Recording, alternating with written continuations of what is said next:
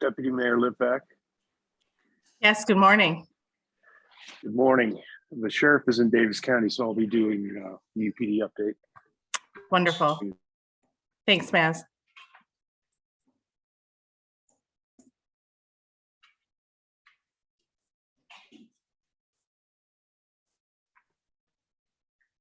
I think we'll go ahead and get started. And then when we do roll call, verify that we do in fact have a quorum, which I believe we do. Good morning, everyone. Welcome and thank you for being here today. I am going to first off read our written determination letter for our electronic meeting as procedurally required. I, Erin Litvak, Chair of the Unified Police Department of Greater Salt Lake Board of Directors, do hereby determine conducting electronic meetings of the UPD board and board committees with an anchor location presents a substantial risk to the health and safety of those who may be present at the anchor location, and hereby authorize the Unified Police Department Board of Directors and board committees to conduct electronic meetings without an anchor location. The foregoing determination is based on the following facts. Federal, state, and local leaders, including cities, townships, town, and county comprising the members of the UPD, have all recognized a global pandemic caused by the spread of COVID-19 virus, highly contagious Omicron variant. COVID-19 cases in Salt Lake County and member communities continue to remain at levels that are the highest at any point in the pandemic. These rates continue to pose a risk of overburdening the local healthcare system. The positive COVID-19 test results continue to be around 33% of people tested as of February 9th, 2022. Hospitalization numbers remain of 650 remain at the highest levels Utah has seen during the pandemic. As of the date of this finding, the 7-day running average of positive tests is almost 1,935 cases per day as of February 10th, 2022, with 13 people dying on February 10th, 2022. It is difficult, if not impossible, to predict the number of attendees at any meeting and to manage issues regarding social distancing in order to comply with state phase guidelines. COVID-19 poses a continued and immediate threat to the health, safety, and welfare. All right. Excuse me. COVID-19 poses a continuing and immediate threat to the health, safety, and welfare of the residents of member committees. The UPD has the technological capability to provide means by which the public may hear or view and hear the open portions of the meeting and to participate in public hearings.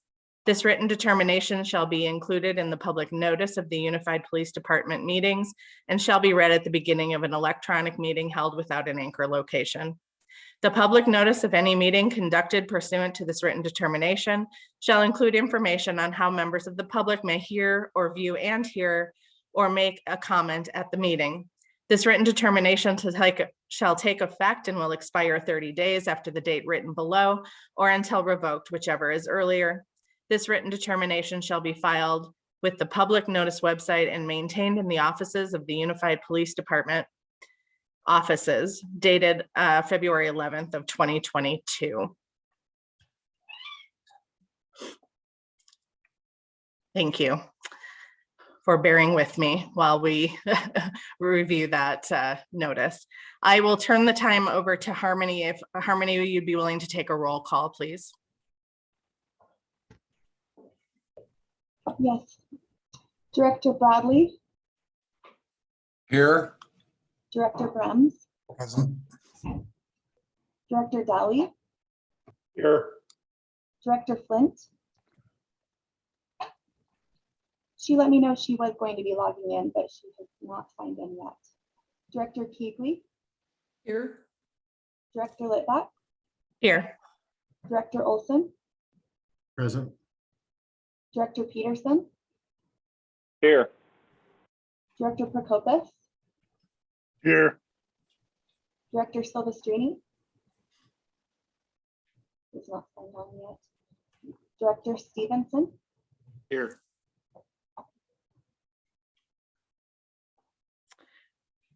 Wonderful. Thank you, Harmony. I believe we have a quorum established, and I'll move to the second item onto the agenda, which is public comment. I know we received a public comment, a written public comment past the deadline period submitted for this meeting. However, that was emailed to the board last evening, and I hope you'll take an opportunity to review that, and we'll place that into the record for this meeting.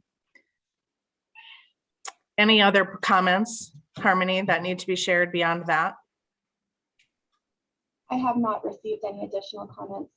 Wonderful. Thank you. All right, we'll move on to item 3, and I believe Chief Mazarin is providing our update today on behalf of Sheriff Rivera. So I'll turn the time over to Maz. Thank you. Yeah, Sheriff Rivera's up in Davis County, so she asked me to update you on a couple of quick items. I'll make it brief. Wanted to share 2 items that really showcase the value and the power of the UPD model and how it is so effective in terms of solving problems. The first one is a situation that we discovered in Midvale at a group home for vulnerable disabled adults. And the living conditions were really quite bad, and our detectives went in to try to resolve it. And finally, we brought all of our resources to bear on that. The mental health unit, special victims unit, we brought in unified fire, UTA, precincts, precinct detectives, investigations. All our various groups came in, and within a day, we're able to remove those adults, make sure they were safe, decontaminated, cleared, and find them housing within a day, which was extraordinary. Great work by our detectives and great teamwork. And they were recognized for that work at the Midvale Council meeting. And the second one is another incident we had in Holiday, where there was a number of burglaries at some dwellings up in Holiday. The Holiday detectives started looking into it. That case quickly grew, and they requested the support of other detectives to serve search warrants.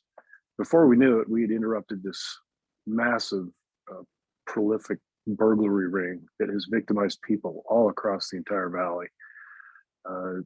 The evidence box truck, it's a big, large, it's got significant capacity. I had to make 6 trips just to return the stolen property over to the evidence room. And the detectives have been working very diligently on getting that returned to the people affected by that. And that's an ongoing case. But again, using all our shared services, using all of our precincts, coming together, working as a team on kind of that bigger picture to solve some of these problems. And for instance, this burglary one, I know that's going to impact the thefts that we've been seeing recently. I'm sure it'll have an impact on the numbers because they were just so prolific. So great work by those detectives and great teamwork. So that's what I wanted to share. Chief, could I, or Madam Chair, could I just interject for a second? Please do. Yeah, I just would like to say, it's not just the breadth of resources we have available to us in UPD, but it's the quality of the officers across the board. And though, Chief Hoyle could probably get into more of the details, I would venture, it's my opinion anyway, that had the detective in this case not had the commitment to stay on this that he did. My understanding was at the first report, it was on a Friday. He spent 12 hours the next day and really the balance of the weekend working on this and uncovered a small lead that was kind of the first layer in the onion. But and like Chief Mazarin had said, I went down for the press release on this, and some of you may have seen that on the news, but literally hundreds of items and estimated maybe even up to $1 million of stolen goods from not just the county, but across the Wasatch Front that this ended up stopping. So, I'm just really, we had another one at Holiday last year as well, where it started with one of our officers just finding somebody inside Holiday that we followed to Harriman that uncovered a stolen identity ring as well. So just really grateful for the quality of officers we have in UPD, in addition to the breadth of services that we or have access to as part of the organization. So just wanted to add that, Chief. Thank you. Thank you, Mayor Daly. I'll echo what you've said as part of the response, Maz, to the issue in Midvale. Our Salt Lake County Health Department, our Behavioral Health Services, our Human Services Department echo the great work of the UPD officers and the compassion in which they approach the situation. It was a difficult situation. These are individuals who live with difficult challenges. And so we just appreciated your support. I know Mayor Stevenson is here from Midvale. I'm certain he'll echo. But the real team effort that happened here with the UPD officers, Midvale City, Salt Lake County, our behavioral health clients, and the service providers, I think we were able to relocate people into a safe place. But the compassion that was shown, the quick response is greatly appreciated and reflects so positively on UPD and makes me very proud to be a part of this agency. Mayor Stevenson, would you like to add anything? Yes, absolutely. I really want to echo what's been said. The amount of collaboration that came together from many organizations and UPD was a huge portion of that.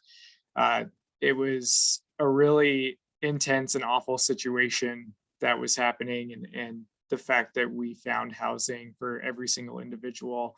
And there's still steps being taken to ensure that the group running this home will not be able to do so in the future.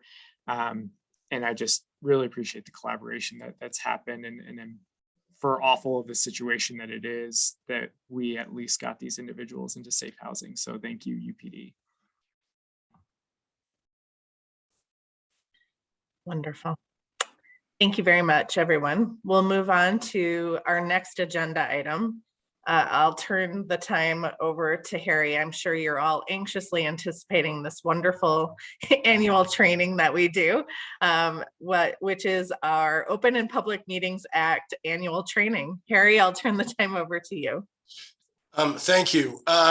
Utah law requires that members of any public body undergo training for the Open and Public Meetings Act on an annual basis. Now, I assume that some or most of you have been given this training. It is also available on the auditor's website. So before I take up 20 minutes of your time, I think the best way to handle this would be to take a poll of the board to see who has taken it. And if you report those to us, then we won't need to do this. And if you don't mind, Chair, I would just ask, have you been provided this by your other entities? And if any of you have not, will you please either just let me know? Because what I'm not ready to go with this today. The training is excellent on the auditor's website, but I would ask that perhaps we postpone this for 30 days, and then I will do it if there are any who have not received it. But if you've received it from your entity or you've seen it online,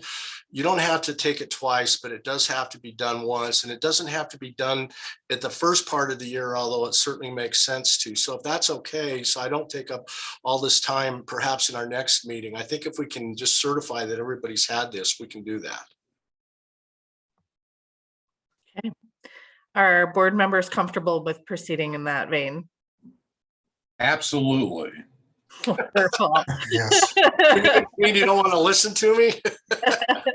I think we have emphatic support of that opportunity. I do believe most of us receive this training probably multiple times per year, knowing the various boards and elected officials that we have on our committee. So if anyone who has not received the training will please notify Harmony and Harry, and we will address that with you as we move forward. So Harry, thank you for the update. And I would say this, if you go to the auditor's website and go to training, it is right in the middle of the web page. It says Open and Public Meetings Act. So if you haven't had it, it's, they put on very good training modules, and I just hate to reinvent the wheel when they've done such a good job at it. So if that will work for everybody, then anybody who hasn't received it can receive a certification from that and just email it to us that you have, and I think we'll get everybody everybody up to speed without taking 20 minutes of the board's time to hear the same thing most of you have heard already. That would be great. I believe it's appropriate for them to also provide certification from their own agencies if they've had it that way as well. Yes. Carrie, is that accurate? Yes, because it's an obligation of the chair of the UPD board under law to certify that everybody's received this, and I'm here to assist in that role. But yeah, we do need to know and keep record of the fact that you've received the training. That also goes for the board training for members of either a special service district or nonprofit. By the way, I know that she's on here, and I'm not sure which one of those you're to take. I can find out, but you need to take one of those trainings. Lisa, are you available? Do you know if that's the nonprofit boards or the special district board training that they also need to take? I don't know if I see her on here, actually. Doesn't look like Lisa has logged in. Okay, I'll answer that question in an email to the board, but that's another training that we also need to have. That's separate from the training you will receive from your various entities, unless I guess you would probably get that if you serve on. No, I think it is separate. So we will email out that link as well, and hopefully not have to do that training during a meeting as well. And thank you for your time. Wonderful. Thank you, Harry. I'll follow up with Harmony and make sure all of our board members receive links for both of those required opportunities. But again, if you've already received it at your own place of business, you can also provide a letter certifying that you've had the training at your own agencies as well. So one of the state options is really more of an option. The second is required as a member of this board. So thank you, everyone. We'll move on to our next agenda item. And turn the time again to Chief Mazarin to discuss acceptance of donations. Thank you, Madam Chair. First one is from, actually, we only have one. It's from Mr. Bruce Morgan. Very nice gentleman, sent us $10 with this very nice letter about his support for law enforcement.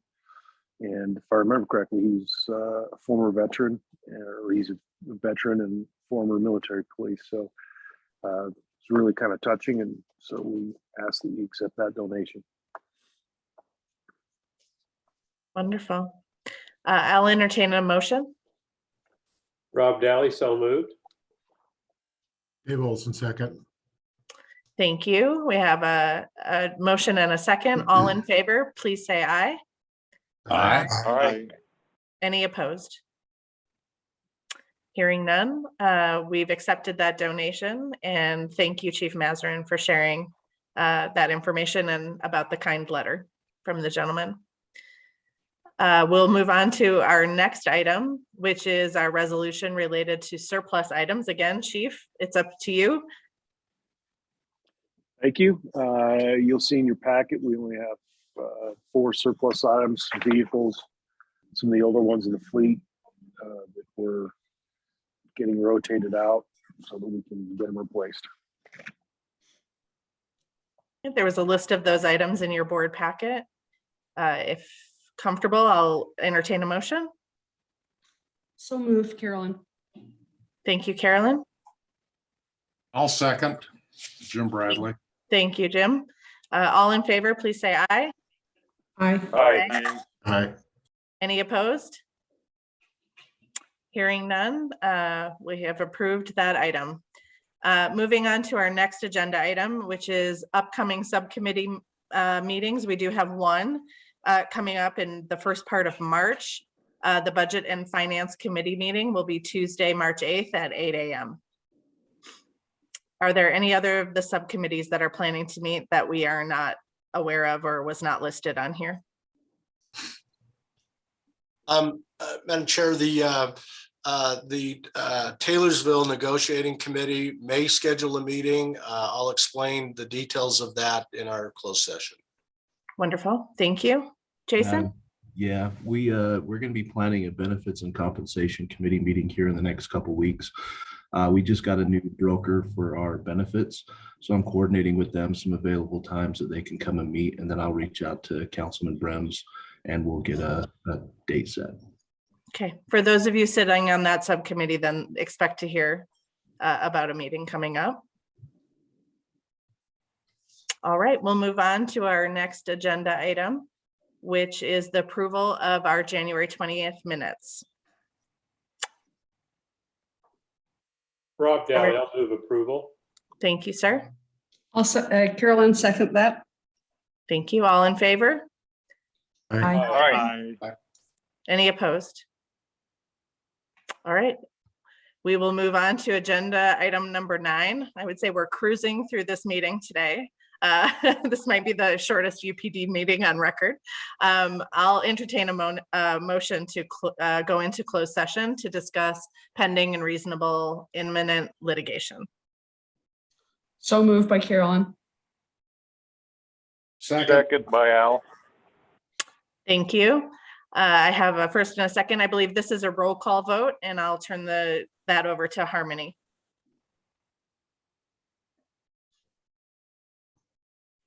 Director Bradley, Aye. Director Brems, Aye. Director Dowley, Yes. Director Flint, Director Keegley, Aye. Director Layback, Aye. Director Olson, Aye. Director Peterson, Aye. Director Prokopis, Aye. Director Silvestrini, Director Stevenson, Aye.